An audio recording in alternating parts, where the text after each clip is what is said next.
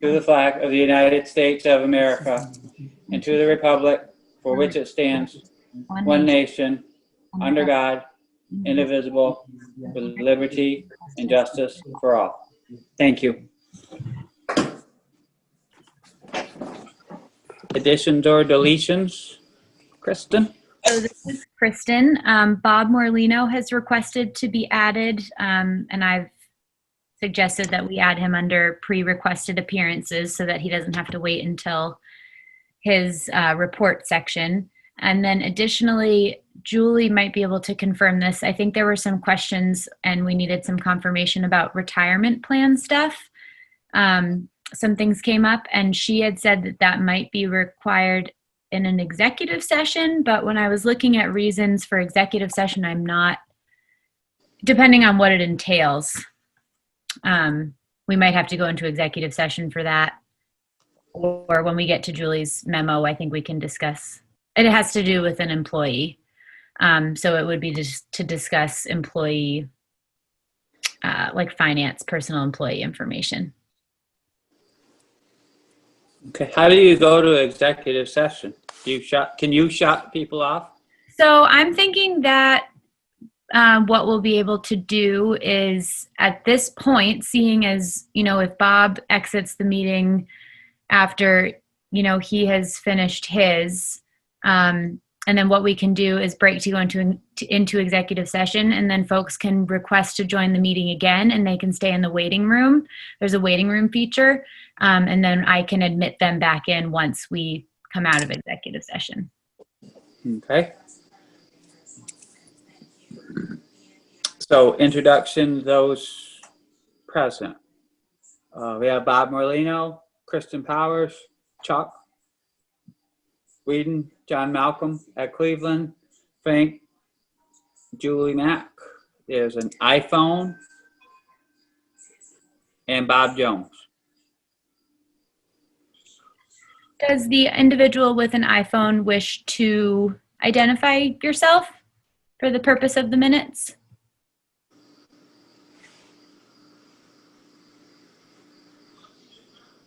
Guess not. Okay.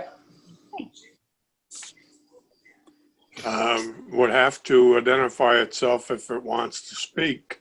Yes. Correct. Yep. So for you, for the individual listening, if you wish to add anything to the meeting tonight, we just ask that you identify before coming on to talk. Thank you. Okay, approval of the minutes from the previous meeting.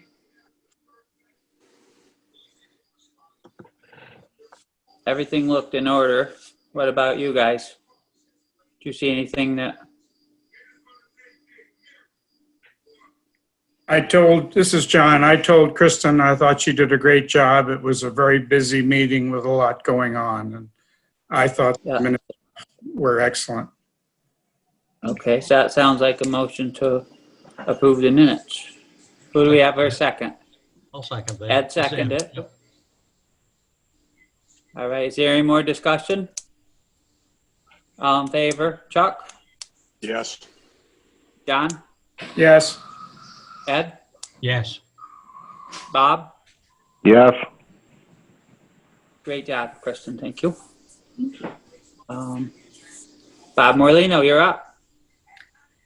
One other, sorry to interrupt. This is Kristen. We did have Rich Hewlett again was on the pre-requested.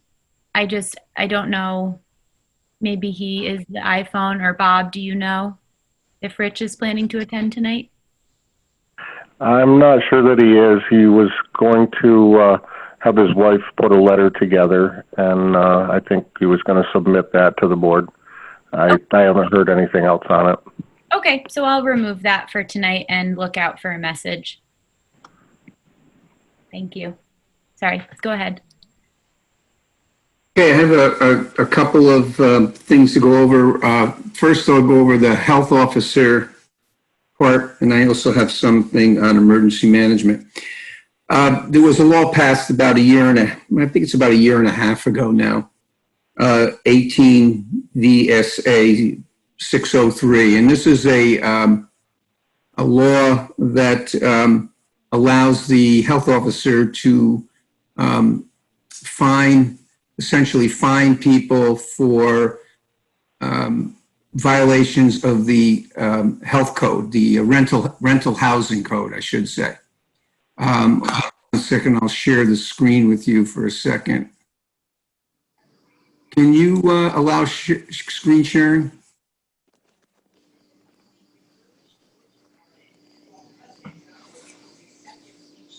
I can't, your sound is off.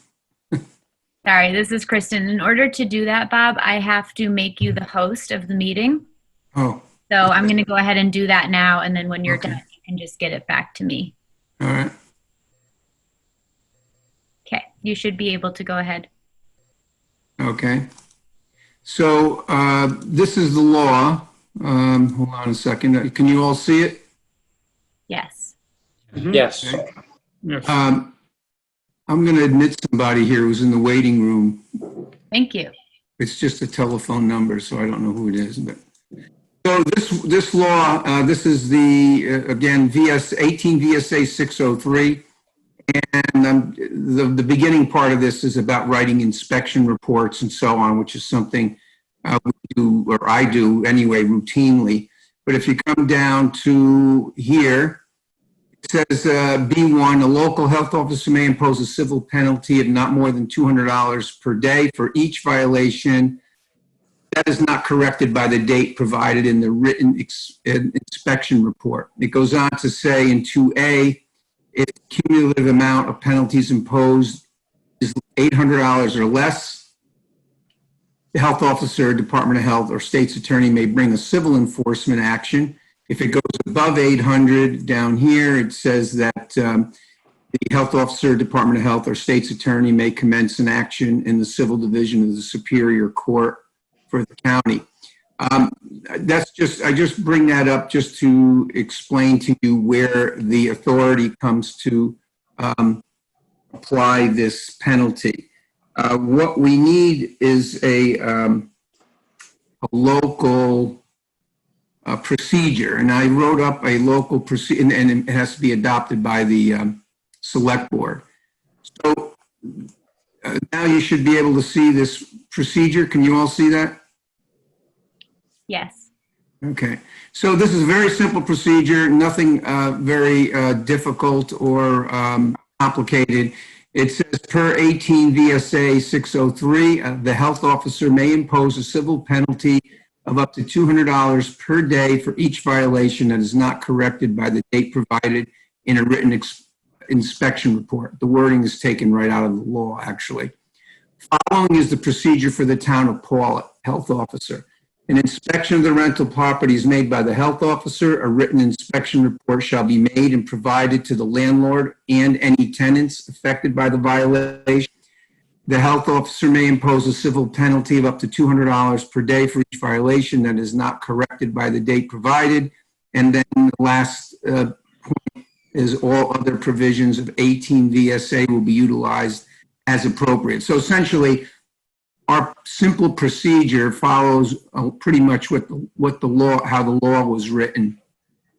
But we were told that the health officers were told that you need to have the select board adopt the procedure and the willingness to have a civil penalty for health code violations. And don't forget, just to make sure you all understand, this is only for rental housing code violations, not other violations that the health officer may get involved with. This is only rental. The law only applies to rental housing code.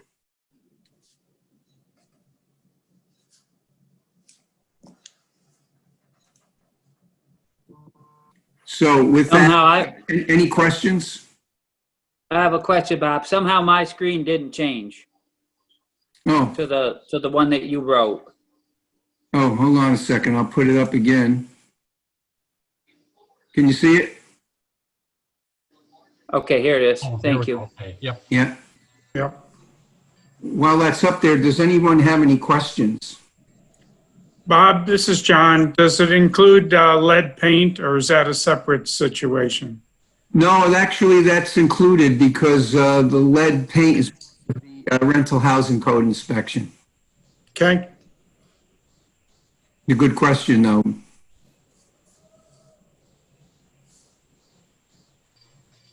It also includes pretty much what the fire marshal does. Although whenever I have an issue, I usually do an inspection along with the fire marshal. And interestingly thank- enough, the fire marshal technically can fine somebody, but they essentially they don't. So this gives the health officers, the reason they passed the law was because health officers didn't have any teeth to,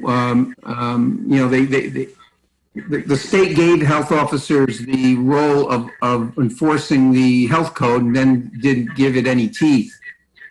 So they finally got around to passing a law about, as I say, about a year and a half ago.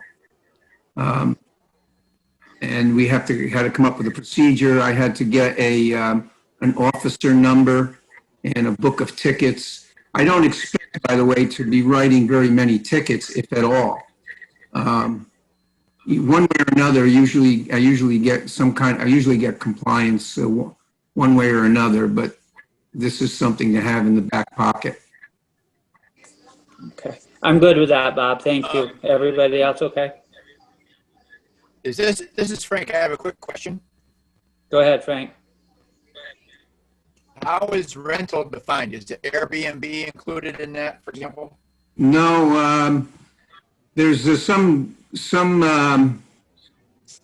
been a lot of discussion about that, about Airbnbs, but the last I heard was that that's not really considered a rental, but I think at some point in time, they may include that as a rental. But right now, my understanding is Airbnbs are not part of the rental housing code.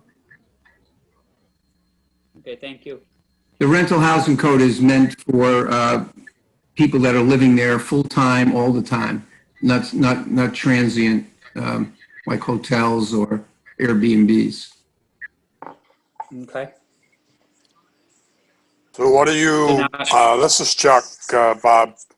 What are you requesting of us as a select board? You want us to just make a motion to accept your Town of Pawlet health officer procedure?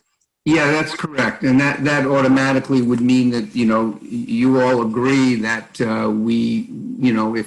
if the health officer had to, the health officer can impose this civil penalty. So yeah, I'm just asking for the procedure for a civil penalty to be accepted by the board. Okay. That a motion from you, Chuck? That certainly is. Okay, excellent. Does anyone want to second that motion? John will second that, but I have a question too after. Okay. Sure. Go ahead, ask your question, please. The penalty goes to the landlord, not the renter, I assume. Well, that's a very good question, John. Under most 99% of the situations, it would go against the landlord. Right. There are some situations where it could go against the tenant, but that would be highly unusual. This is primarily for landlords to go against the landlord, to get the landlord to comply with the rental housing code. Okay. Does the town get the money? Sorry?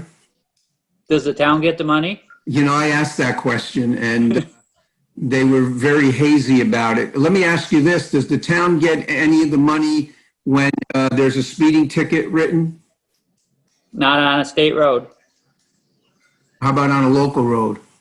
Yes, I believe so.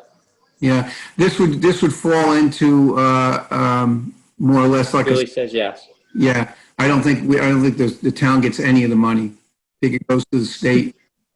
Of course not. Okay. Is there any more discussion? We have a motion made and seconded. All right, let's vote. John? Yes, Ed? Yes. Chuck, Yes. Bob? Yes. Okay, all in favor, Kristen. Thank you for that, Bob. Yep. Okay, one other, just, this is just informational purposes, but we talked about, or I talked about this sometime last year, I think, but just be aware, I don't know what the status right now is of the mobile home on 153 in West Pawlet, the one that's up for non-payment of taxes. Right. But just, I think come October, the town's going to be, talk about landlords, the town may be a landlord. That property, and people are living in that home.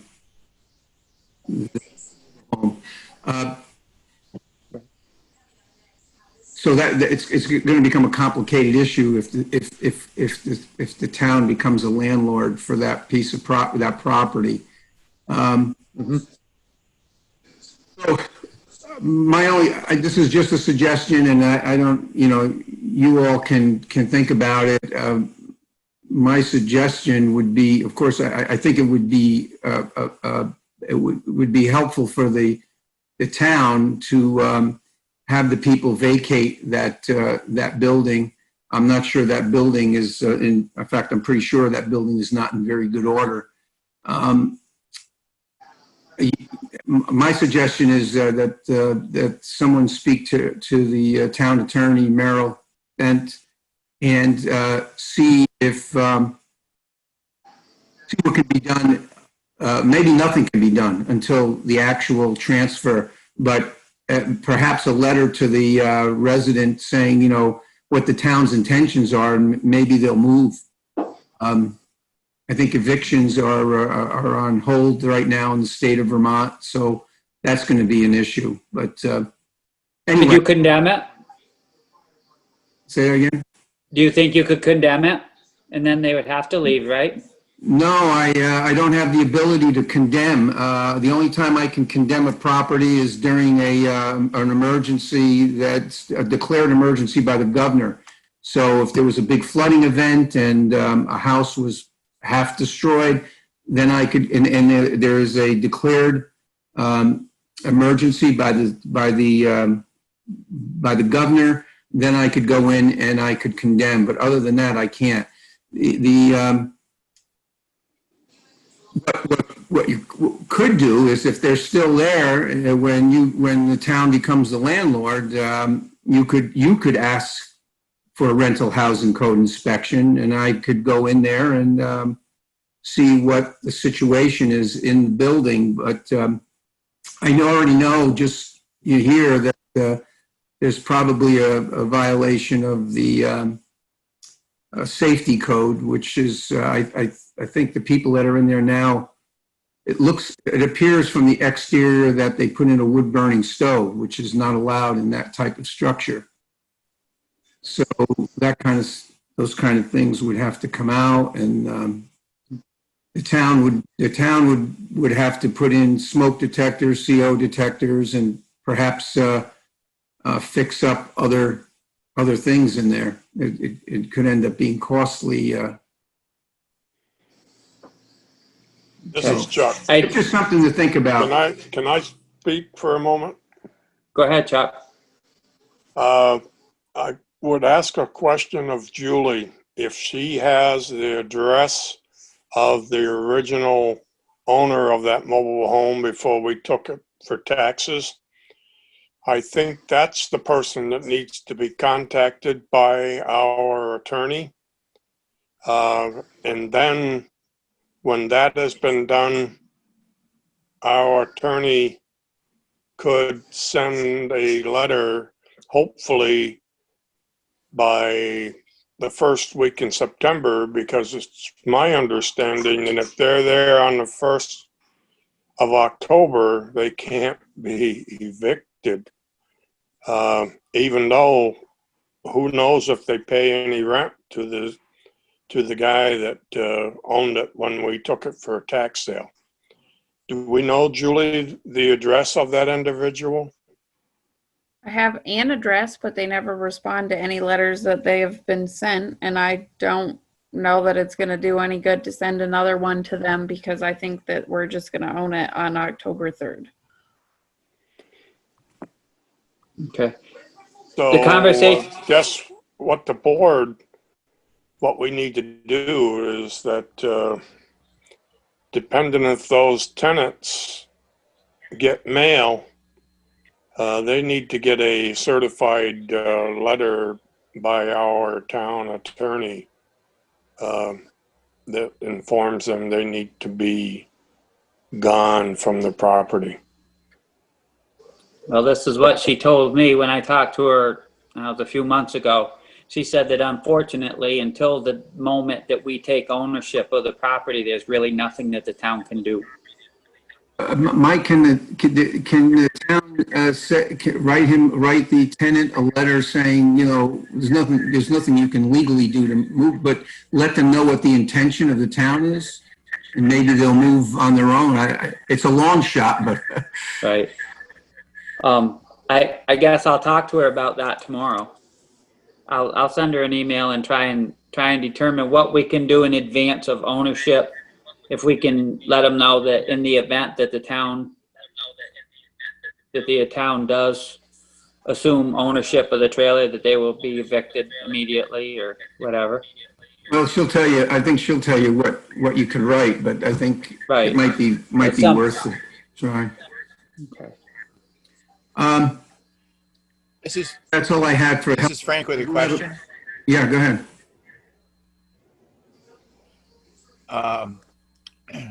The moratorium on evictions, does that extend to the town taking over a piece of property?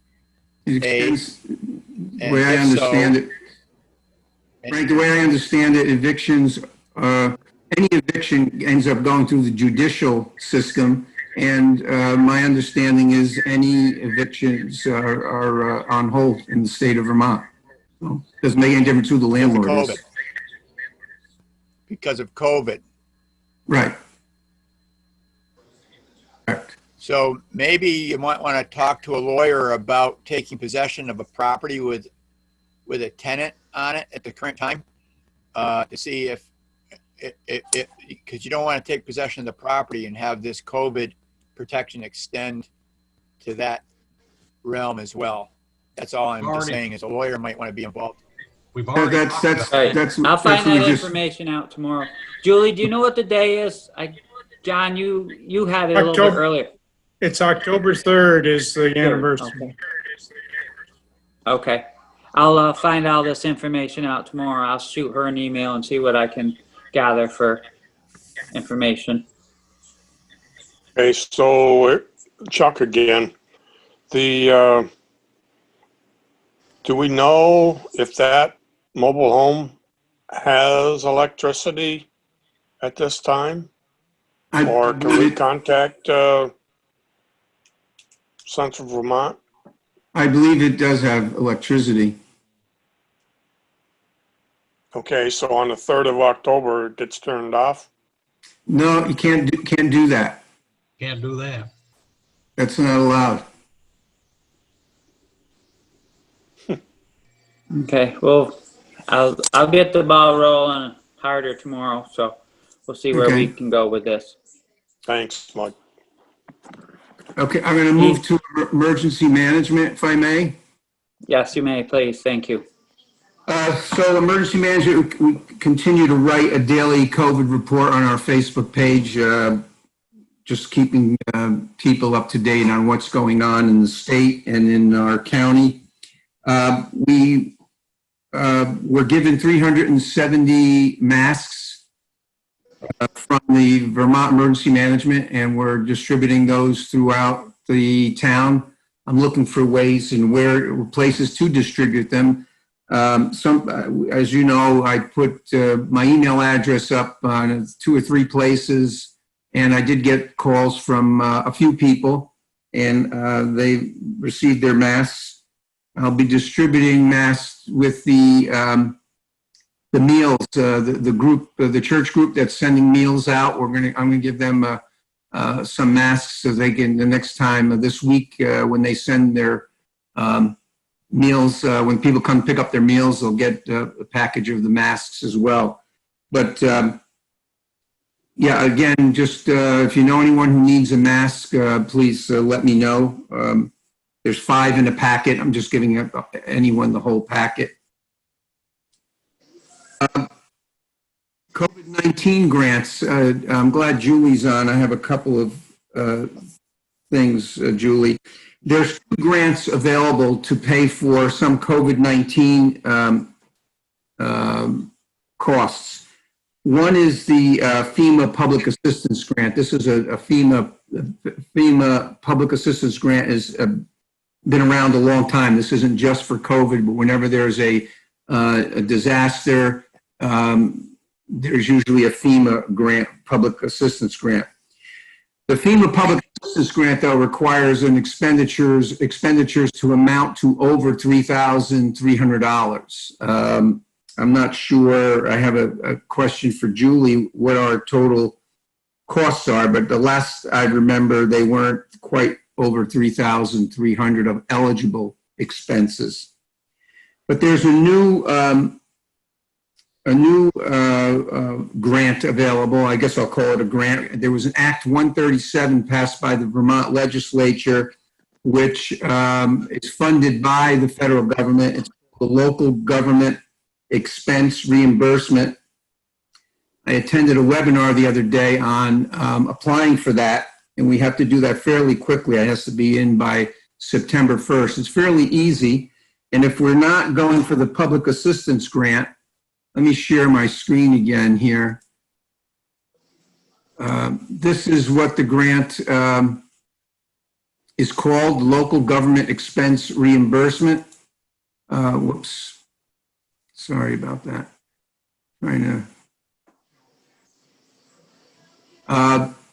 It's available for local governments. Sorry, the deadline to apply, I thought it was September 1st, September 4th. I'll go quickly to what's eligible. So here's eligible expenses. Can everybody see this? Yes. Yes. Yes. Okay, so necessary expenditures incurred due to a public health emergency. It could be hazard pay, supplies and equipment, which is, I think, where most of our costs would have come from, supplies and equipment, sanitation, any kind of cleaning, facility alterations. If we made any alterations like putting up barriers and so on, overtime compensation. The overtime compensation has to be related strictly to COVID. Redirection of staff, any other COVID expenses not covered by other funding sources. What question for you? Yeah, go ahead, Ed. Would the security system we're putting in the town hall qualify maybe? No, not unless it senses when there's a COVID virus coming into the building.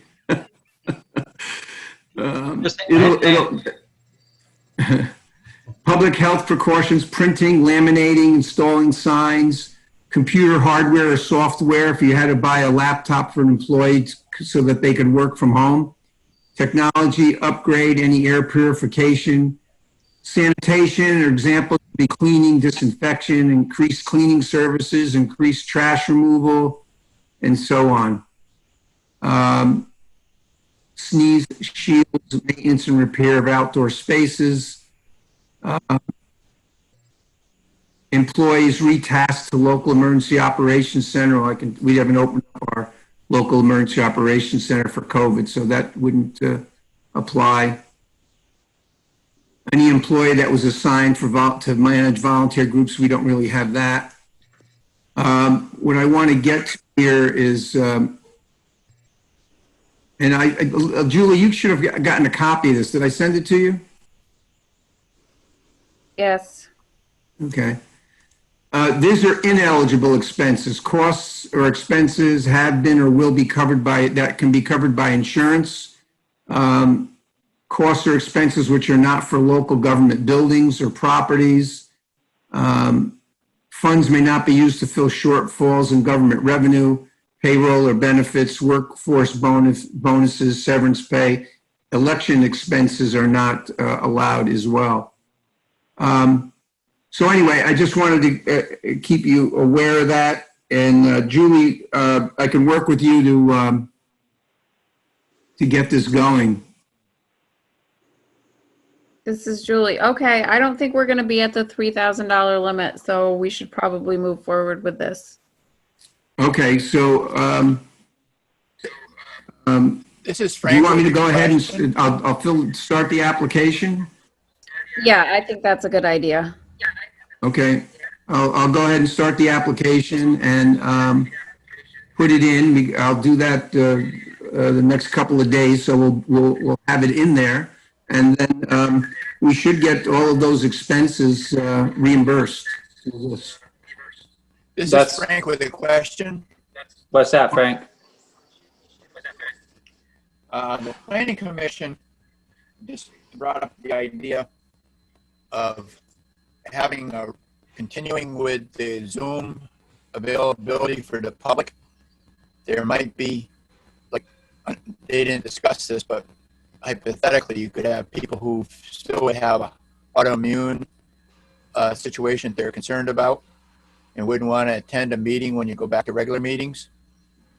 And that that maybe some equipment, audio, video, computer, or a big screen system could be put in so that you could run in-person meetings and Zoom at the same time. Like if somebody was a board member, the select board, for example, couldn't make a meeting, they could still Zoom in and attend a meeting and have some equipment set up to do that. Now, I don't know what kind of equipment you would need, but That's probably not really a direct result for this grant.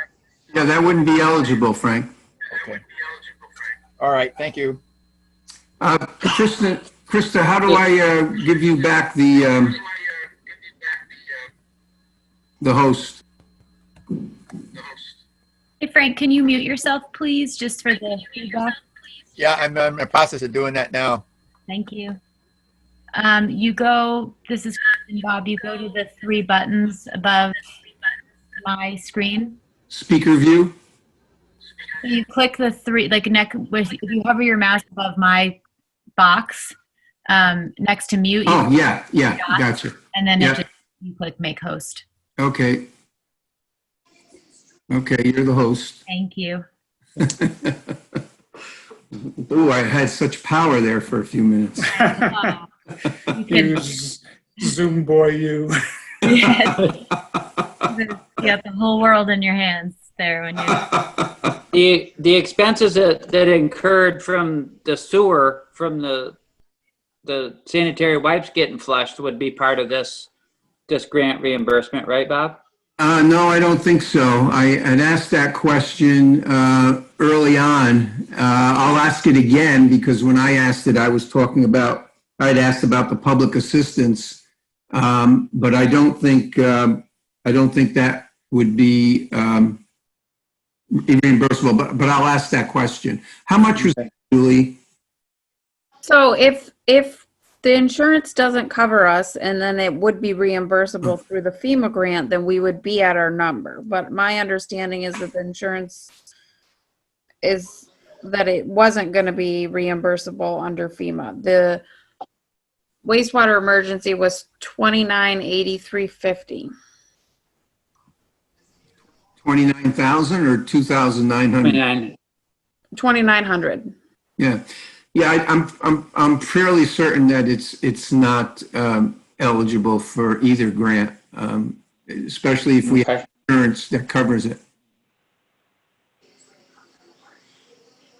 All right. So then, Julie, you and Bob will work together on this and get this squared away then, huh? Yep. Yep. Excellent. Anything else, Bob?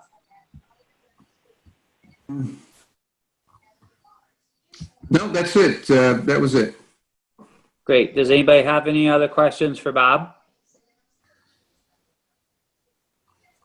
I guess not. Well, thank you very much for doing all that work, Bob, getting that all prepared for us. No problem. Okay, Julie, excuse me, Kristen, do we have any announcements?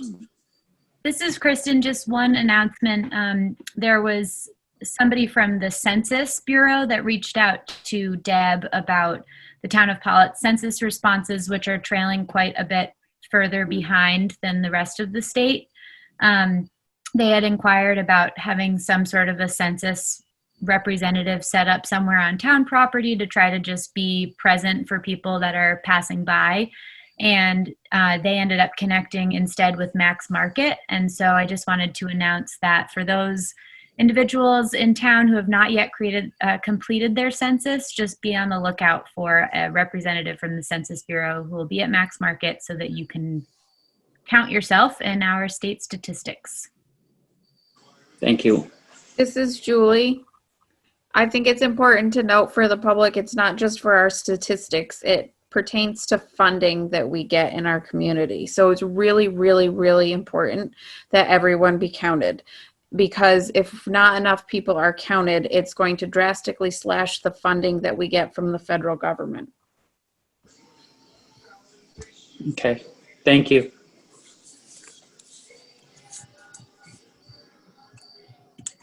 Is there any zoning administrators report, Kristen? Yes, there is. So this is Kristen on behalf of Jonas Rosenthal, our interim zoning administrator. 4 new permits issued within the last 2 weeks. 1 is for a porch extension, 1 is for a new house, and he could not recall the other 2. The list was not in front of him when he was writing the message. Researching zoning ordinances from several other communities regarding definitions. Need to scan proposed new language for the conditional use section of our current zoning ordinance. That is all I have. And he also mentioned that he provided information to several folks in town regarding that grant for COVID-19 expenditures under the CARES Act. And he is unable to attend tonight due to a planning commission meeting in Castleton. And that is all from Jonas. Thank you. Planning commission report, anything from anyone on the board there? Or other than the Zoom meeting failed last night because they couldn't get it to launch. Did everyone know that or not? This is Kristen again. I had connected with Tom. There was a East Coast Zoom outage last night. It was a mass reporting of that. So I believe that was the source of the issue with the inability to connect. Okay. Road foreman's report. Um, Did I see that Keith joined the meeting? Excuse me, second. Okay, yes, Ed. Didn't we have a resignation from the planning commission? Oh yeah, that should probably be brought up right now, shouldn't it? Thank him for, anyhow. Accept that with regrets. Right, we need to officially accept that. Can you just read that, Kristen? Harry's resignation. Sure, hang on once, I have to pull it up.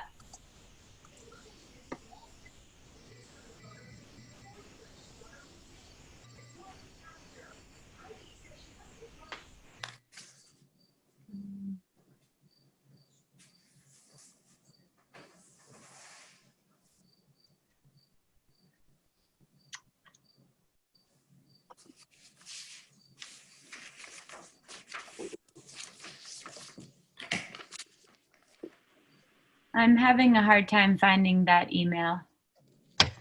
Did you guys not get it or? No, I was just going to read it to the public, so it's fine. Okay. Sorry, I don't know where. So Harry resigned. I guess we need to accept it. I don't know. It's really no choice of ours. It's just a letter of resignation that we got from Harry. So that leaves another vacant spot in the board.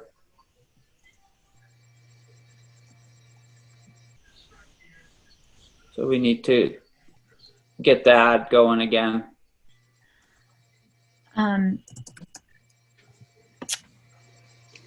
This is Kristen. So I had reached out. So our other applicant, Jessica Van Ort, who was interested in the vacancy, had reached out to me during the last meeting that she was attending, indicating that she was interested in still being a commissioner and a part of the board, which I think is wonderful.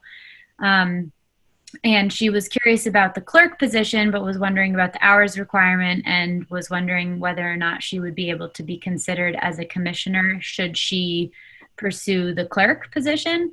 And I had reached out to Harry regarding what his idea of those hours requirements were, and I did not hear anything back, but I did tell Tom Collard that she was still interested, and he said that that was great information to know. So I guess I'm just not completely sure if, what the board would like marching orders to be for everybody. It would be my opinion that we would need to advertise for another position, and then they could discuss it and recommend somebody at the next planning commission meeting, like they've done before. Okay. And go the same route that we did the last couple times. So if we could advertise it for a couple of weeks or something, that anyone interested, please send in a letter of intention to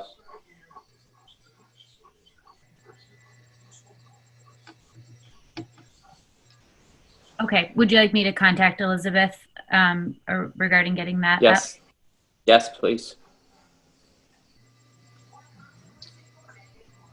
Is that what everybody else is kind of thinking too? We just go through the process again like we have for all the other applicants? Okay. Did we thank Harry for his service on the board? And We haven't officially thanked him, but we'll mark that down right now, Ed. okay. Ed and I and everybody else, whoever's, we appreciated it, and He will be. do the rest of the board feel that way? Absolutely. Sure. Yeah. This is John. I think it's very appropriate. I think he was on the planning commission 10 years, and I don't know how many years as chair. Okay. This is Julie. I have a question. Go ahead, Julie. Did you advertise twice for the 2 positions that you filled? I believe so. 2 vacant positions were advertised, as far as I know. But I believe There that were each 2 separate ads time, run in local papers. I believe so. That we ran it again before they made their decision on the second member. But that's what we need to do. We need to run it through the cycle again. We can't just pick from the pool that we have at this point, I feel. So, what does the rest of the board feel about that? John agrees. Okay, the rest of you guys all agree that we should run it through the cycle like we have the established cycle of advertisement, then the planning commission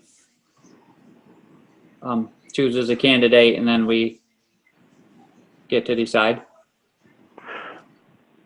Mike, this is Bob. Yes, I agree. We need to start over and advertise it, and I also definitely appreciate everything Harry did for us. Okay.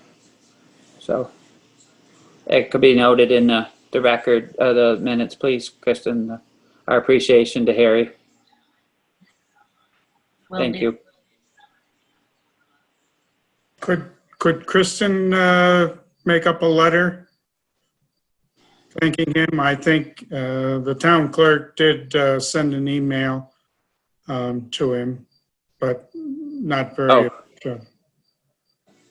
That would be nice. Could you write him a thank you officially from the town select board, please, Kristen?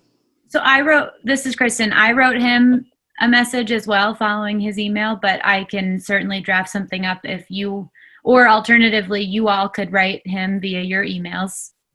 It sounds like, John, if you're suggesting like an actual USPS mailed letter. Is that what you'd prefer? Yes. Like an official document from the Board of Select, I will the send you Select Board all. from the town of Pawlet. Yep, I'll send you the Board of Select.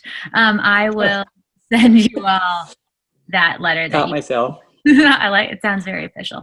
But I'll Yeah, I'll send you all something, please. and you can put your 2 cents in. But yes, I'll help you work on that. Okay, thank you very much.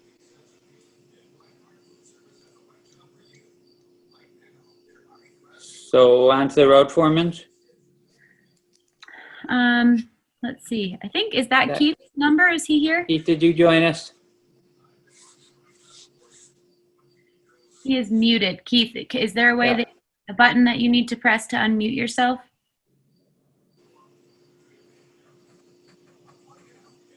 Or is that not Keith? 779. Nope. How's that? That's better.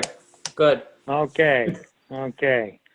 They came on and scolded me, told me I had to press *6 to come unmuted, so.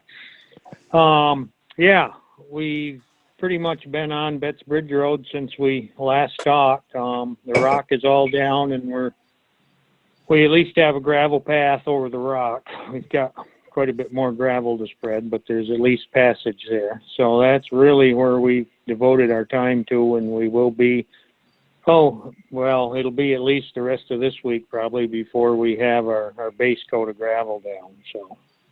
And, the other thing I contacted Craig, called him and talked to him and asked for a response through the email, and I didn't dawn on me till after I was done work today that I hadn't heard from him. So I don't have any information on that backhoe, the invoice that we received on that. So I'll need to follow up on that. And the only other thing I would like to discuss, what are thoughts on winter sand this year? Thoughts being, are we going to bid it again, or are we going to buy it from, we had a quality product at a fair price last year.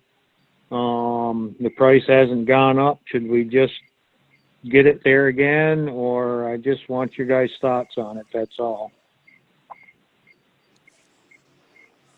How much do you think we're going to need this year going into it? I'm thinking 1,500 yards, Mike. Okay. Actually, we have found that using a better product, we can cut our usage some. We still do have some at the pit that we processed 2 or 3 years ago that I think we can add to the West Pawlet pile and mix some Wallingford stone with it, and that will get us through on the west side. And so we basically need to replenish our pile on the Pawlet side. And we used to target 100 loads over there, which would be 1,400 yards, but we do have a little bit of reserve there. And you know, I just thinking it's into August, headed for September, and, you know, everybody's making it and thinking about it now. We want to make sure we get in line and not end up late like we did last year, so. We bought it from Stanley, and what's his price this year? I mean, I don't remember what it was last year. We bought it from Stanley last year at $10 a yard, and that's what Okay. he'll make it for us this year if we choose, so. Okay. And And Like our other I'm thinking it'll probably be the same. Well, the other option would be Chet, who was, last year was slightly cheaper, but we decided we would go. Stanley is making a nice coarse product for us over there that really, you know, it really fits the bill.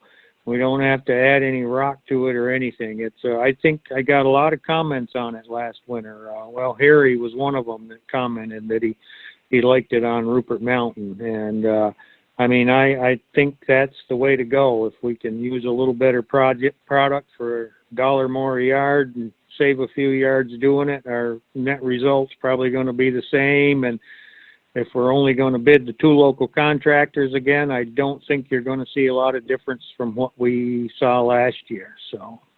Okay. So how much stone will we have to get for West Pawlet?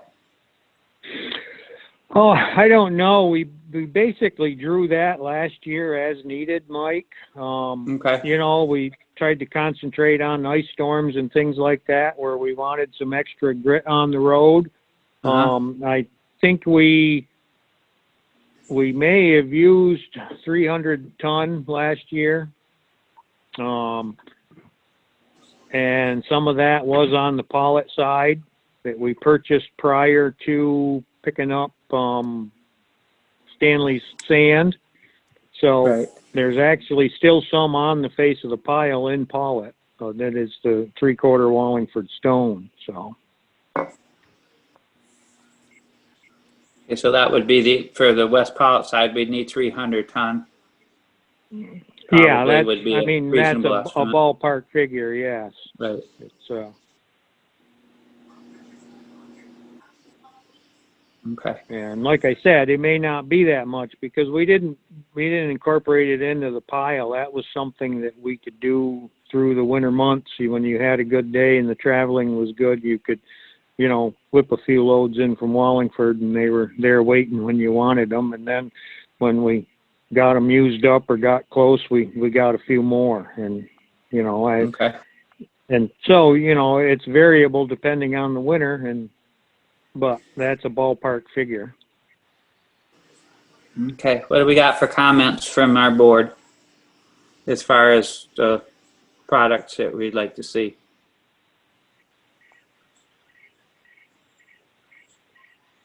This is Chuck. Go ahead. I guess Okay, I Chuck. would say Martel. Okay. This is Ed. That would be my, Ed. that I would go with Martell again.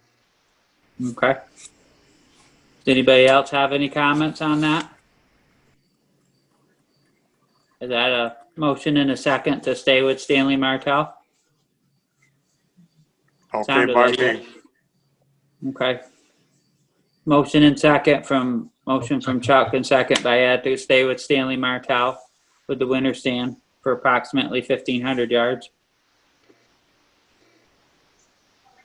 All those in favor? Chuck? Yes. Ed? Yes. John? Yes. Bob? Yes. Okay, approved. Thank you. Mike, this is Chris. Okay, and I want to add, just Wait. because the discussion was out there, that I was approached by Hunter Excavating to provide our winter sand too, but they're really the same money and further away, so we're either going to have to pay them to truck it or travel further. The pit they're processing in is up behind Carreras towards Shrewsbury, so it's not really, it's too far to go. So Right. it's Nick Baker is handling it, and he approached me, and it's going to be the same money and a lot more trucking, so it just doesn't Okay. fit the program. Just so you guys are aware of that they did Right. they did approach us, and I had a discussion with him. So Okay, good. I'm glad we keep an open line, but definitely we're getting the product that we're very happy with, and it's the most convenient for us to save money on trucking. So, well, absolutely, that's I mean, it's a quality product, right close, and somebody we can work with, and we'll get in the list and get in line over there and get it hauled when he makes it. And now we're ahead of the game. okay. One more thing. The Dodge truck from last meeting. We can take delivery of that anytime, but somebody would have to go. Is Bob endorsed to sign that? And Julie, I just forwarded you the email that he sent me today that was in the, has the figure on it and everything, which is just as we discussed. It's actually slightly cheaper because he registered it for us and he charged us for a regular registration instead of the municipal one. So the figure is in the email that I forwarded you at 4 o'clock today, so you may not have seen it yet. But Bob signed the paperwork after the last meeting, and then when Bob and I were in discussion with the salesman, he said he was on vacation last week and didn't want to do it till this week. So that's why he's just getting back to us now. So, but that is ready to go. I don't know what you guys need to do for a motion or a warrant or what, but we can take care of that anytime you guys are ready. Well, we made a motion and passed it last meeting to buy the truck, so I think that covers it. Well, that's kind of what I thought, but I just, like you said, I wanted everybody aware. Sure. I'm assuming maybe Bob and I need to go to Rutland to pick it up, or maybe I can talk him into delivering it and meeting at Hewlett's or something, and I'll work that out with Bob as long as everybody else is on board. No, that makes 'Cause I'm perfect sense. assuming he's endorsed to sign, is what I'm saying. Bob Yes. Jones. Okay. All right. Did All right, we so make make that clear in the motion, or should we do that right now? We did make it clear in the motion of last week that Bob was Kristen. This is Kristen. At the beginning of the COVID-19 state of emergency, the board made a motion to allow Bob Jones to be the designated signer on behalf of the board. Okay, So that still stands, as that is still our current state. perfect. Thank you. I need All a right. warrant before I can write a check. What's that, Julie? I need a warrant before I can write a check. You guys Yes, could just and I- approve the warrant for, hold on. 49,669 to, who is it to, Keith? It's to Rutland Auto Group. Rutland Auto Group. And then I will make that tomorrow.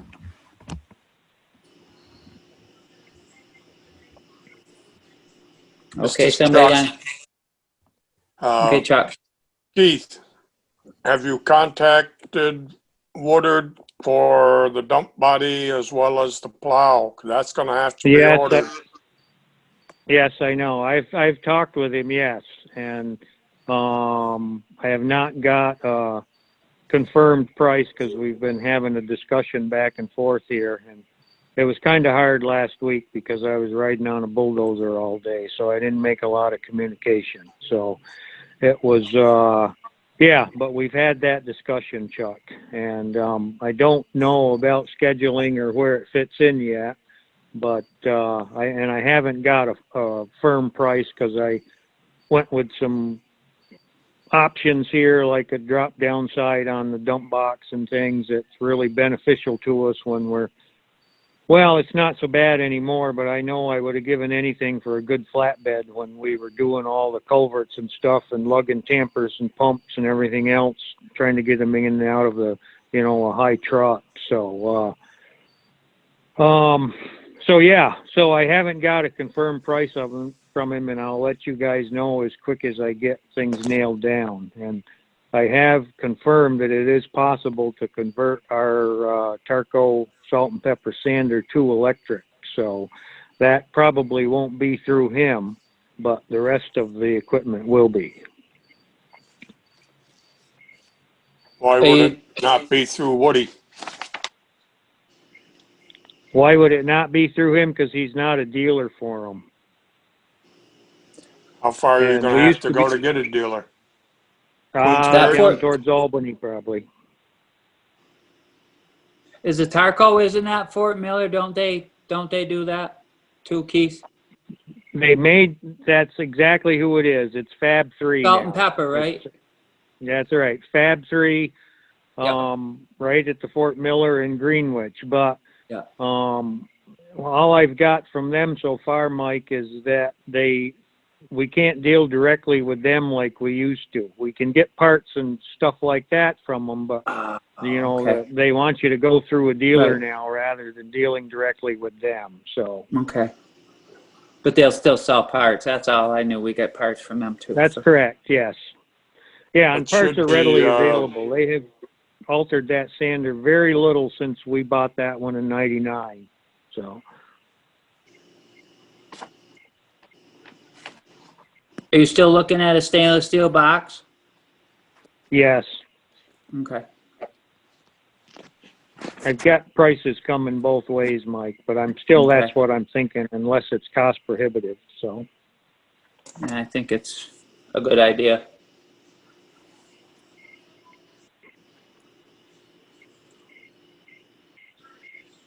That one on Gary's truck's 8 years old already, and it looks really good still, you know? You would have had to paint a Well, steel no, box twice. they hold up well. Pulteney's is on its second truck up there. They put the stainless steel body off the old truck onto the next one. So that one's probably 8 to 10 years old also, and it's still very good. Unless you Right. beat them up or jam them or something, they hold up very well. So Yeah, I think it's a wise I choice. think it's the way to go. Yeah, especially in the environment that operates in. It's Mhm. I think it's the way to go. Right. Okay. This is John. Do we haven't need, talked. Are we gonna advertise that, Dodge? Yeah, I think we have to wait, Chuck, until we got a timeline on the new one. But yeah, then we should definitely advertise it. And I have some interested parties already that want to know when and what you're going to do. So there's some interest in it out there. I would recommend that we take bids.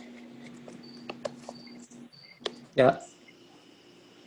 Also, Keith, I have some more information in regards to the rest of the board. Also, a 2005 year New Holland model TS Tom Sam 115 Apple 4x4 tractor, 1,480 hours.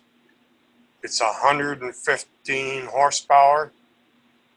Has a 24 by 24 power shuttle transmission with creeper. So in other words, that's 24 speeds forward, 24 speeds reverse. Has a Alamo flail head with that'll handle grass and light brush. And tentatively, depending upon what the freight charge is going to be to get it, 82,500. Now that may vary, maybe less. But a tractor with 1,480 hours. So just want you to know, because you all realize this is the last hurrah for Dave Hossley with us.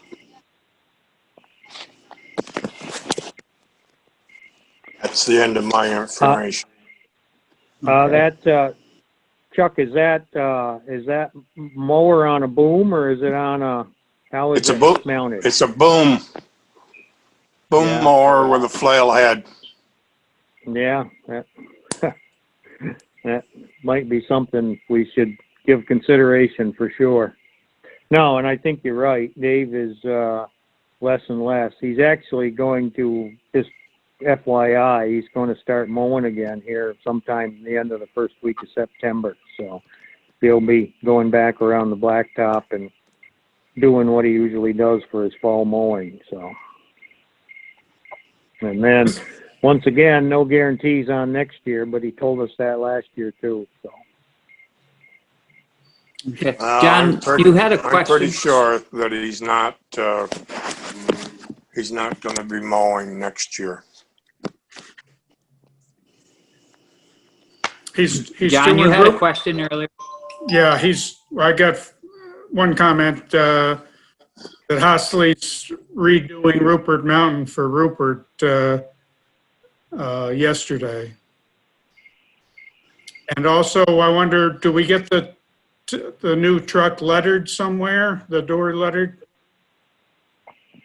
I've been Yeah. using, Brewster Jane, Okay, and he has that's on all of the equipment. It's on the grader, the backhoe, and all the trucks. He has that pattern with our logo on it, and he makes it out of vinyl. And to my knowledge, he has yet to charge us for anything he's done. So I think he charged us to make the pattern the first time, which I don't even remember. I think that was the 2013 Mack truck maybe, and then he's done everything since then. So okay, good.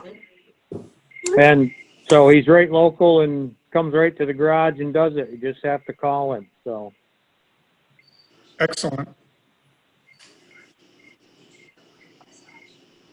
All right, so as far as the tractor goes, I mean, I'm very interested in that too, but I don't know that our checkbook is, so we got to think about that a little harder. But I'm glad you've been keeping an eye out for us, Chuck. Anybody else have anything for Keith? This is, oh, sorry. Kristen? Oh, well, I was just going to say, speaking of checkbooks, there was the idea put out there that you could all make a motion to approve a warrant for the price of the truck that Julie could write a check for, so that. Oh, God. Yeah. Good, thank you. Does somebody want to approve that warrant? I just want to confirm, so the motion on the table would be, the motion would be made to approve a warrant for $49,669 to the Rutland Auto Group for the Dodge truck for the Highway Department. Okay, who wants to make that motion? This is Ed. I'll make that motion. Ed will make it. Do I have a second on that motion?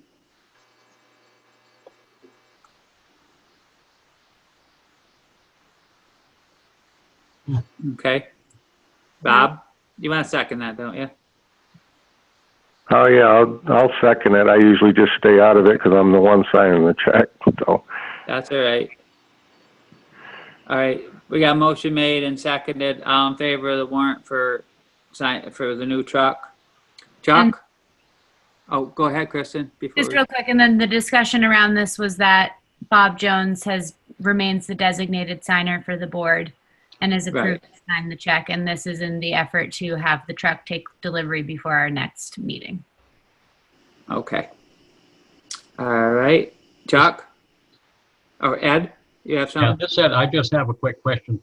Am I the second signer to Bob if Bob's not available? I believe so. Didn't we pick two? I thought we did, anyhow. I'm pretty sure you are. Okay, thanks. Okay, so we have a motion on the floor and seconded. Chuck? Well, you remember I voted no to purchase the Dodge. So it's a matter of if you want me to approve this. I mean, it's got to be paid, so I guess I'll make the motion that we pay it. No, we're just voting on it. Ed made the motion. Are you in favor or opposed? I'm in favor. Okay, Ed? Yes. John? Yes, Bob? Yes, Okay. Motion approved for the warrant to Okay. sign for the new truck. And Julie, that's the correct amount, correct? That's what the email that Keith sent me had. Okay. And then my one last question is for the motion about Stanley Martell for winter sand. Mike, in your motion, or in the motion, you had indicated that it was for approximately 1,500 tons. Is that correct? Yards. Yards, thank you. Tons felt like a lot. Okay, probably should include the price too, Kristen, at $10 a yard. okay. Thank you. Thank you. Anybody else have anything for Keith? Yes. This Ed. Okay, Ed? Did Dave Hosley have a comment about a culvert by his house? Was there a problem there with water? Oh yeah, I even forgot all about that. David sent me, Dave Housley in West Pawlet. Sent me some I got your interesting pictures videos you the other sent day. me. Yeah. It looks like Yeah, we got it's- a lot of water coming down New Street too, huh? Well, there always is. What it did, it just washed down, coated over the grate on the manhole right by his driveway. So I went over there today. It looks like he had cleaned it off. Okay. I mean, I think it was lawn clippings and leaves and gravel from that old under drain there and I think it just pushed down on top of the grate and coated it over so that it was taking water, but I don't think it was taking it good. And I went over today at the end of the day just because I was hoping it was going to rain today and I could run right down while it was raining and try to see what was going on, but it never rained hard enough so that I bothered. But I ran down there just before 4 o'clock today, and somebody had at least cleaned the top of the grate off, and there's no obstruction in there or anything. So it was a lot of water. Yes, it actually comes out. A lot of it comes out.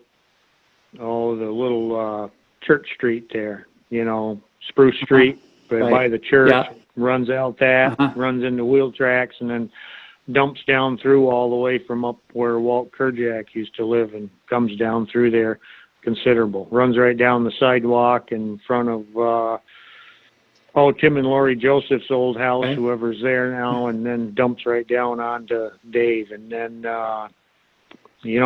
where he tore down Barbara Harrington's house, and he's kind of bumped it out closer to the edge of the road with what he did there. And, that was a pretty good stream. But in that flash flood type situation, you're going to get a lot of water anyway. That was a pretty substantial rain we got the other night, and it came in a hurry. So it wouldn't be uncommon for storm drains not to be over, but I think it's all set now, but I'll monitor it. All right. Thank you. Yeah, thanks, Ed. I forgot about that. Anything else for Keith? I do want to say I came over the Switch Road about a month ago or so, and I was very happy with the way that road turned out, Keith. It looks really nice. I know it is nice. It's still going to get Galusha stone on top. That's just a base of gravel there now. It's it's not a gradable surface really yet without getting back down into the rubble. But that's what we'll be doing going forward, is concentrating on getting that covered up as well as what we did up on Betts Bridge. We had pretty good luck with our ledge up there, and we got a lot of it. I would have liked to get a little more, but we had to draw a line somewhere, and so we hauled a little more stone and filled up against it in some places there, and we got some ditch lines.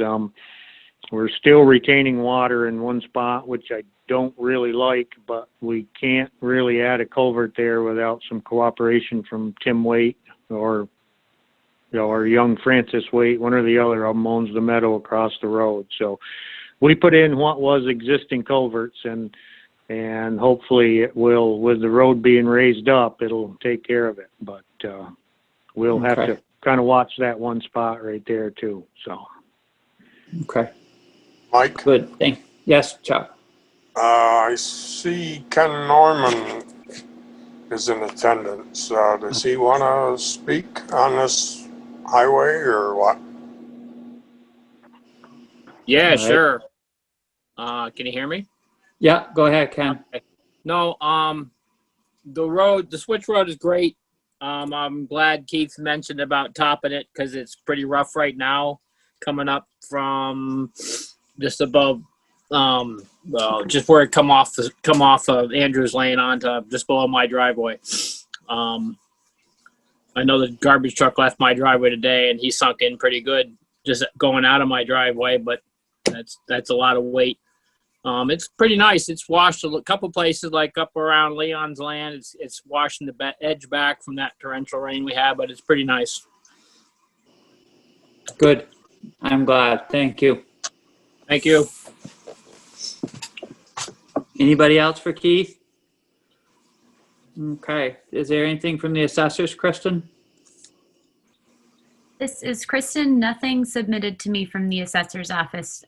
Except for there was an email that I forwarded to you all from Karen regarding her concerns with the town hall building.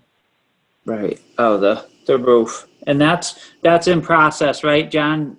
Yes, the last we had talked with, or Sue actually talked with Jeff Kelly, and he was dealing with trying to get Gibby Max lift that Gibby rents out, and it was on another job, and he didn't know the timetable at that time. Okay.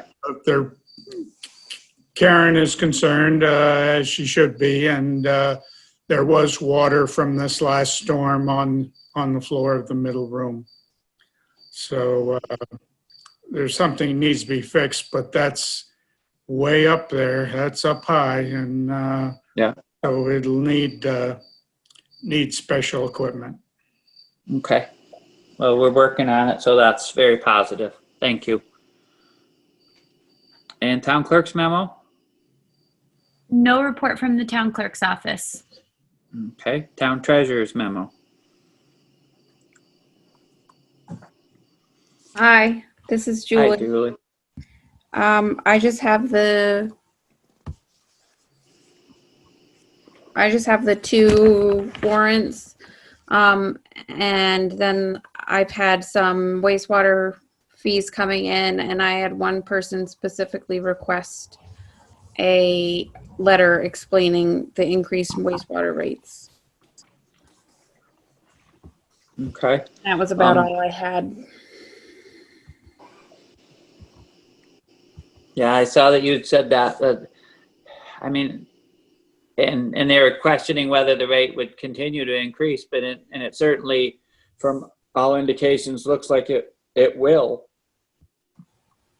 to match the user rate against the cost it takes to operate. I know that's not what they want to hear, but if we can, I mean, our only option would be to try and determine if we want to solicit funds from the general fund or have a line item to help reduce the rates. Do you have any other ideas, Julie? Not really, huh? No.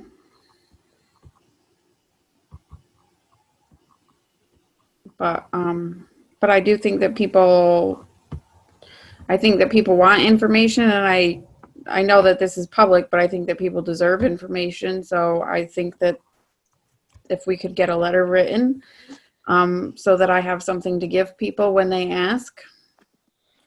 Okay. Do you, I guess we could send some ideas back and forth, you and me, and maybe Kristen would want to help out with that too, possibly. Yeah, this is Kristen. I know that we sent out a letter last year explaining the initial increase, and that, spoke to basically, Mike, what you just said about how the fee is a direct correlation to the number of users versus or against what it costs to operate. So I could look for that again too. Okay. I'll try to reach out to you tomorrow, Julie, or if you think of it first, send me a nudge, I guess. This is Frank on this topic. Yes, Frank.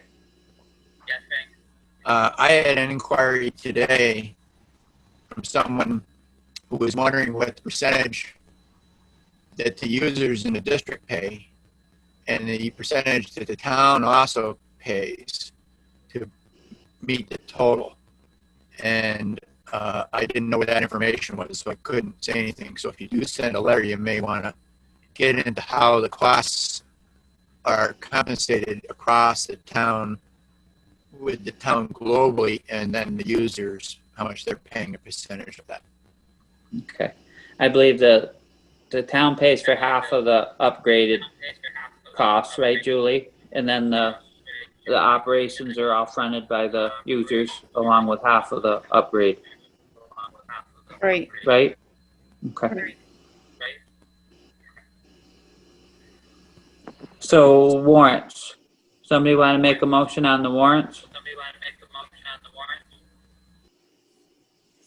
I'll make a motion on the warrants. This is Chuck. Okay, Chuck, does somebody want to second that motion?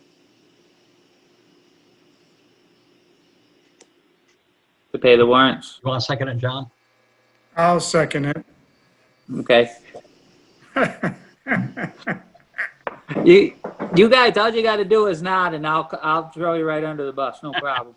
So, Okay. motion made and seconded by Chuck and John to pay the warrants. Any more discussion? All in favor? John? Yes. Ed? Yes. Chuck? Maybe. Bob? Yes. Yes. All right, motion's approved. And you had, I also Yeah, don't have anything, I don't know, the Nortrax bill was not on there. I haven't received another invoice and I didn't know what the status on that was. right, Keith had mentioned in his conversations that he's back and forth with Craig at Nortrax, and he hasn't got any emails explaining about how they come up with that price with 2 jobs and et cetera, et cetera. So he's still negotiating with Nortrax. We'll keep you in the loop. Okay. Julie, didn't you send us, this is Chuck, didn't you send us the email you got from Nortrax? I did. There's one invoice that I received that's still outstanding. I haven't received another one. I didn't know if that one invoice was for the 2 repairs. It's not clear on that at all, and I don't know. That was the $500 one? No, it was like 4,900 or something. Okay, yeah.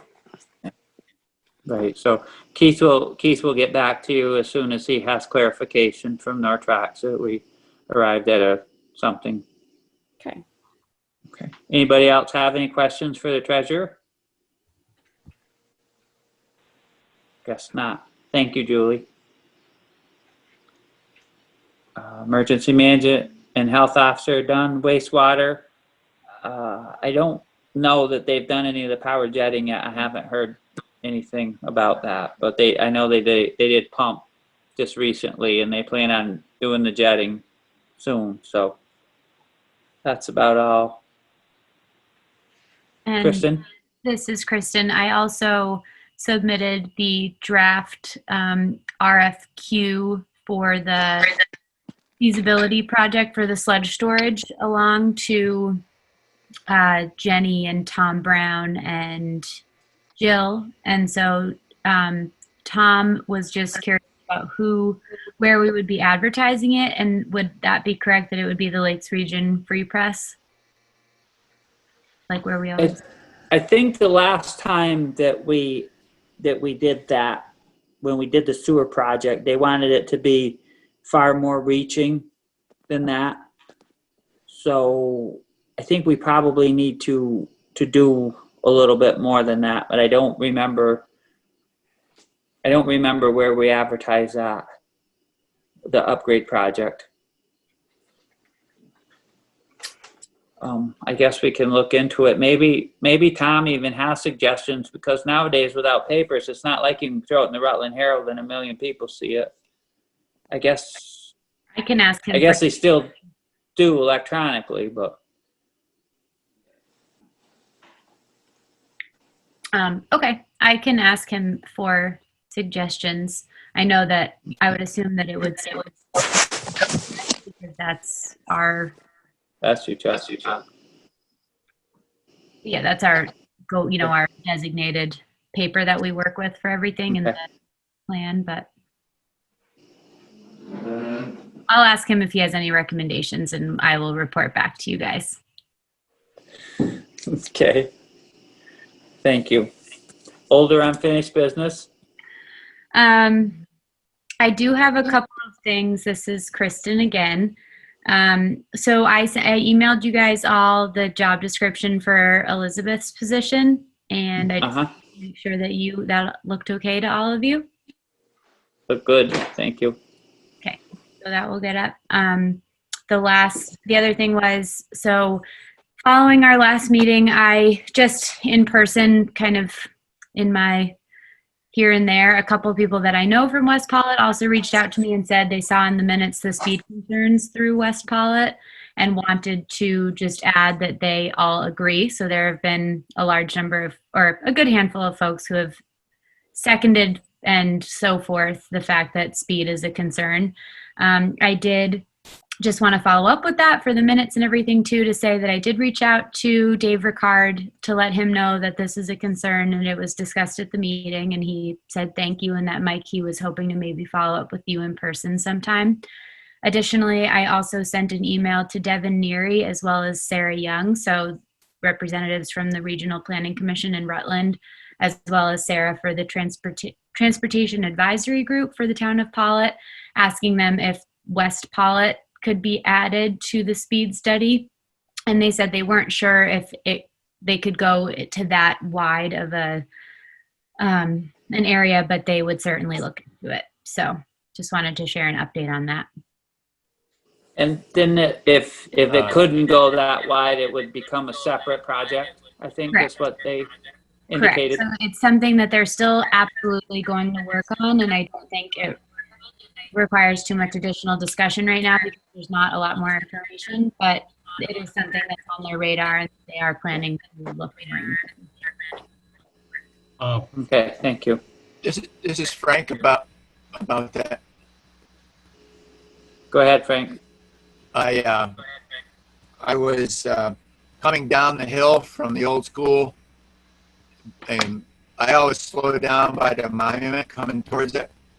And I had somebody this week shoot right up from the New York border side of where the old store was, shoot right across in front of me. And I said, geez, isn't there a yield sign there? And I looked and there's no yield sign for any traffic control. It governs that intersection in that area. And then today, when I was at the post office, I saw a truck with a trailer go shooting up through from the old store or railroad side up through, and another truck had stopped, but the truck that stopped had the right of way through there, but there's no traffic control, no yield sign.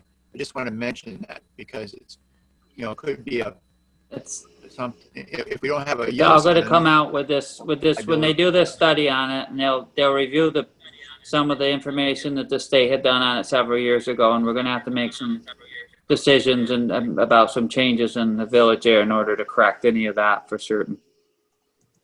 Thank you. Okay, is anything else under old or unfinished business anybody has? Yeah, this is Ed. Ed? Regarding the speeding issues, doesn't Dave have a radar unit? I believe so. Maybe it's time he was asked to set it up and start using it. Okay, I haven't heard anything from him, but Yeah, I think it would be a good thing. What is that going to do about yielding? Healy. I would think, shouldn't those signs be replaced if there were signs there and there's nothing there regarding the yield and things over there? The problem with it is, with that monument right in the center of town, it makes it so confusing. It's hard to say what's supposed to be there. Yeah. Can I interject here, Mike? Please do, Keith. There's no way to sign that intersection to code because the signs would have to be around the monument. Because you can put one on the right-hand side towards the post office that's a yield sign, but that doesn't cover the left-hand turn up the hill, okay? And it's like almost 5 corners instead of 4 there, the way everything comes together. And there's no possible way that you can sign that intersection to code. And that is part of the problem. I don't think there ever was a sign there. There may have been a yield sign by the rail trail there at one time or another, but it has not been for years because it doesn't cover what you're supposed to be doing. You have what's supposed to be a secondary village street accessing a main thoroughfare, which is Vermont State 153. So that's where all the complications lie. Even the state engineers, when they were there, said there's really no way you can put signs up here that are going to address the issue. And there's one there that was put up years ago that says yield left to oncoming traffic or something when you come from by the firehouse. But that one just makes it more confusing in most everybody I've talked to's opinion. And I think the other factor is that we're getting more and more traffic. That it's not just the local people in West Pawlet Village that are going through there now. We're getting an influx of out-of-town traffic there, and it complicates things. So a traffic study there definitely would be advisable. Yeah, we hope this grant will get the ball rolling on that. So we should be in good shape. Thank you for that, Keith. And I do have one more thing. I guess it would fall under old business. And you're not going to be too happy to hear it, because I assumed that there was going to be a lot of other people that were going to take this project over and run with it. And as to date, there's not been a thing done with the library steps. Are we going to wait until an accident there, or is something going to be done at some point?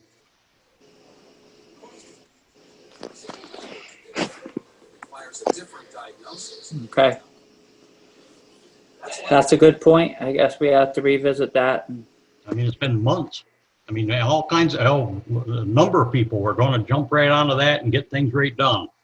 And to date, there's been nothing mentioned about it at all. Right. Anything at least for the primary stairs for the library, let alone the handicapped access. Okay. I've been waiting for someone to say it, but I said, okay, I've had enough. I'm going to mention it. Good. Yeah. Kristen, could you reach out to the librarian, Mary Lou, and ask if she could talk to the board and see if we could address at least that one particular issue, if they had some comments, or we could start the conversation again to get that corrected before they go any farther and deteriorate anymore. Sure. It's unfortunate. The Thank time you. to have done it is, when the things were shut down, but anyhow. I agree. Hard because everything was just so frozen up for a while, and I think everybody was, but I agree it was a good time. Well, there was any number of people that were going to jump right on that. I will reach out to Mary Lou and include you all on that email correspondence. Thank you.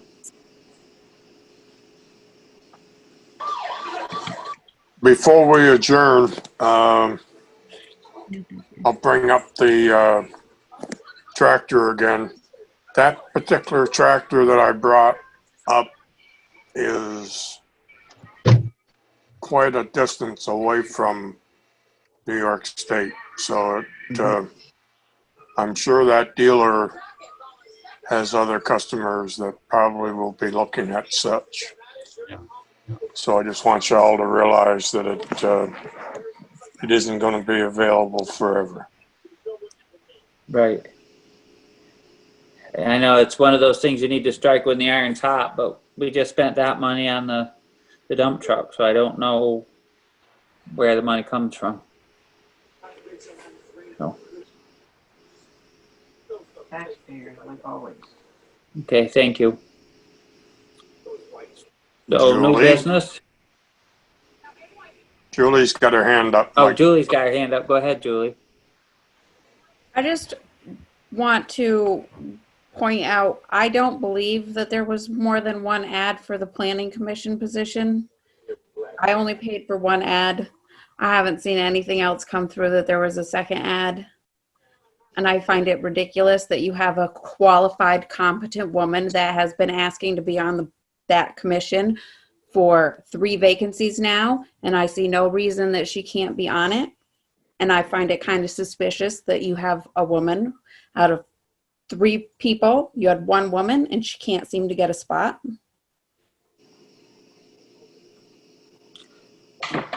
Point made.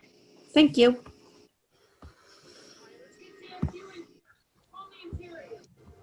Anything else under new business?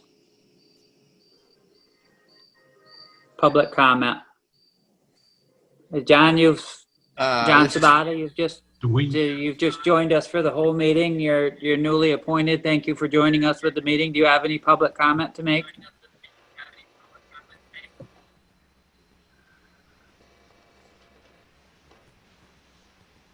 do we have to have a little, excuse me, do we have to have a little executive session? John, you should be able to click to unmute yourself.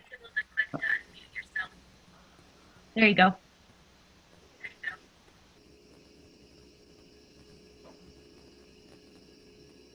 Oh, sorry, we still can't hear you.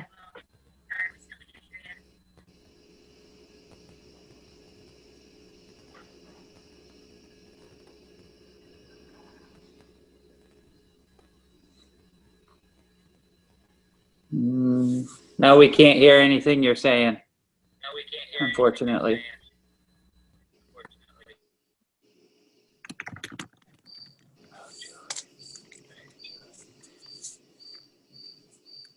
Well, it was good to see you present with us, John. Yeah, thank you. Chuck. Yes.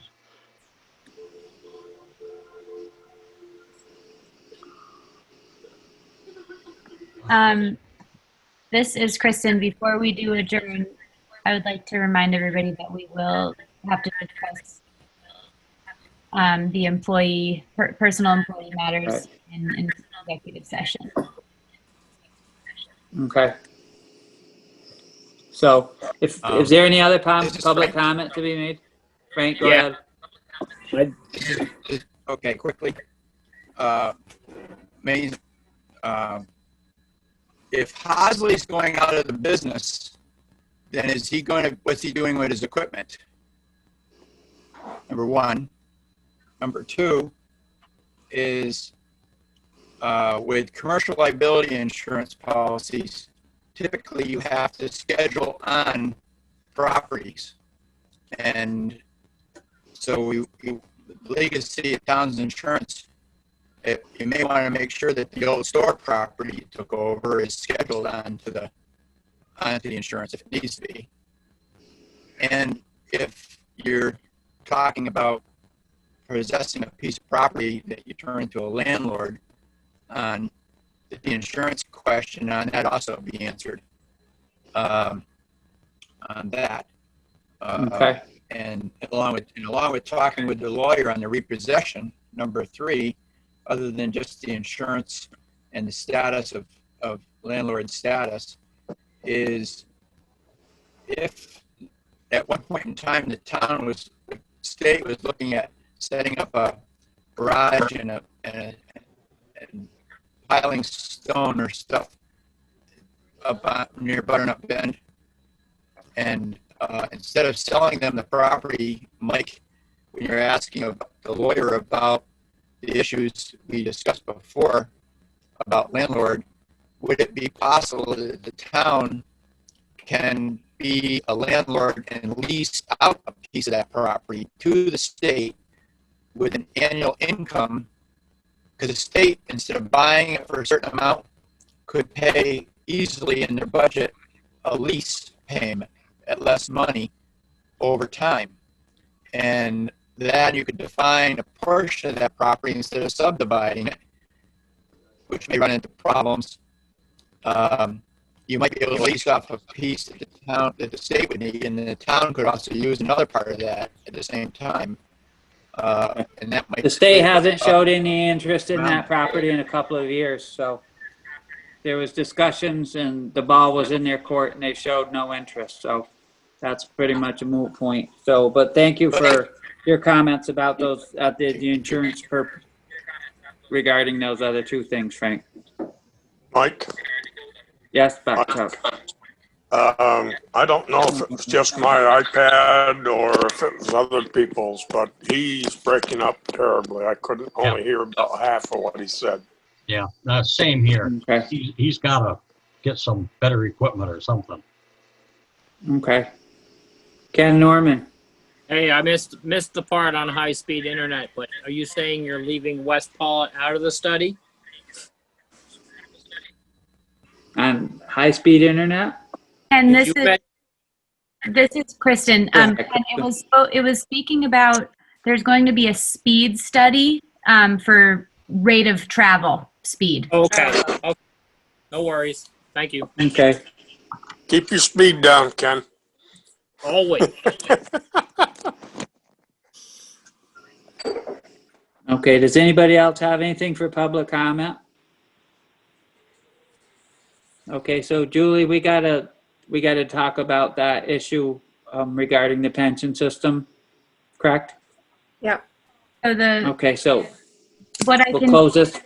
real Go quick, ahead, Kristen. so just because we're in this Zoom meeting and it's kind of new territory for executive session, what the executive session is to discuss employee labor relations agreements, specifically pertaining to employee wage and pension.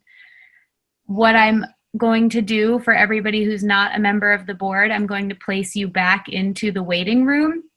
And what that means is you will no longer be a part of this meeting for this purpose. And then once the board comes out of executive session, I will add you back in should you wish to be here for the rest of the meeting. Sound okay to everybody? Okay. Yep, sounds good. Thank you, Kristen. So somebody will need to make the motion to enter executive session. I will make that motion. This is Chuck. Okay, and John seconded it. Yes. Okay, motion made and seconded to go into executive session for employee personnel. And this executive session is to also include Julie Mack. Is that correct? That's correct.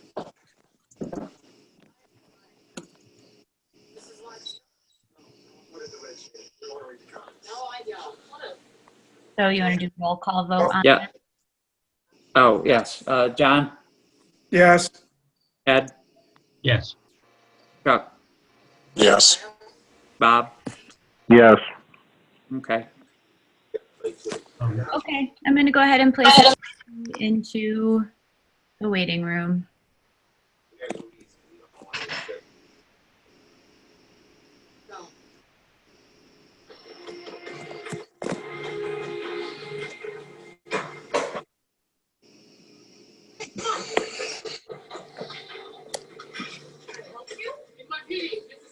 Okay, and I'm going to pause the recording. Showing 8 Okay, I participants. have to move Frank to the waiting room. Okay, does that look good? That looks good to me. Did everybody else look all right with that? I'm going to pause the recording for executive session. Okay. Zoom. Admit and admit. Okay, who wants to make a motion to exit? John I'll will. make that motion. Okay, John made a motion, Chuck seconded to exit executive session. All in favor? John? Yes. Ed? Yes. Chuck? Yes. Bob? Yes. Okay. So we had a discussion about how we wanted to handle the pension system and how do we want to,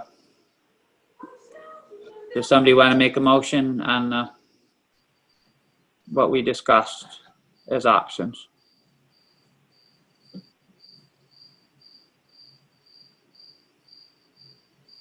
I'll make the motion. This is Chuck. The motion is that an individual making $5,000 or greater and has worked for the town for 1 year is qualified for that 401. Is that the right term for the pension system, Julie? The simple IRA. Simple IRA, okay. All right, Chuck, does somebody want to second Yeah. that motion? Change the 401 to a simple IRA. Okay. Do I have a second on that motion? Are you Kristen, you got a question or? This is Kristen. My only question is, I believe that's just a different plan than what had originally. No, okay, sorry. I rescind my. Okay, your question. Okay. Have a second on this motion that we got on the floor right now? I'll second it. Ed will second it. Okay. Any more discussion? All in favor? John? I'm going to abstain since one of the individuals is so. Okay. Thank you. Ed? Yes. Chuck? Yes. And Bob? No. Okay. I'll vote yes. So we'll have it passed.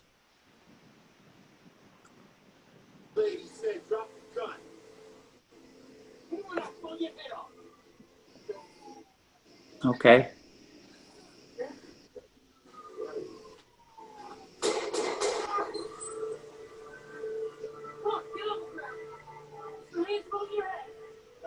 You all set, Kristen? Good, sorry, yes. Okay. Ed, you had a comment to make? Oh, I'm good. I'll make it at some point. But, Okay. Is there any other comments? Bob, do you have a comment to make? No, I'm all set. Okay. Is there anything else that we need to conduct tonight? Somebody want to make a motion to adjourn? I'll make a motion to adjourn. Thank you. All in favor? John? Do we have a second? Sorry. Oh, yeah. Chuck did. I saw him nod. John? Yes. Ed? Yes. Chuck? Yes. Bob? Yes. Thank you all for coming tonight. Have a good evening. Good night.